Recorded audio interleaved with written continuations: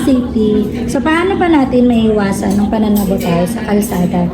Narito ang mga ilang paalala upang maiwasan ito. Sumunod sa batas trapiko. Iwasan ang paglabag sa mga traffic rules tulad ng paglabas sa linya, sobrang bilis at hindi paggamit ng signal lights. Pangalawa, maging maingat at magbigay galang sa iba. Iwasan ang pagiging agresibo sa pagmamaneho. Magbigay daan sa mga pedestrian at mga sasakyan na may karapatan. Pangatlo, magplano ng ruta at oras. Maglaan ng sapat na oras upang makarating sa iyong destinasyon. Iwasan ang pagmamadali dahil nakakadagdag ito sa stress at panganib sa kalsada. Pang-apat, magtulungan at magbigay ng tamang espasyo.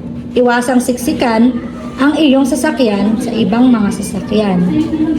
Magbigay ng tamang distansya upang maiwasan ng aksidente. So paano ba yan mga ka-safety? Sana nakatulong sa inyo ang video na to upang maiwasan natin ang pananabotay sa kalsada. For more tips, follow Vanguard Insurance Services. Dahil dito sa Vanguard, live without limits!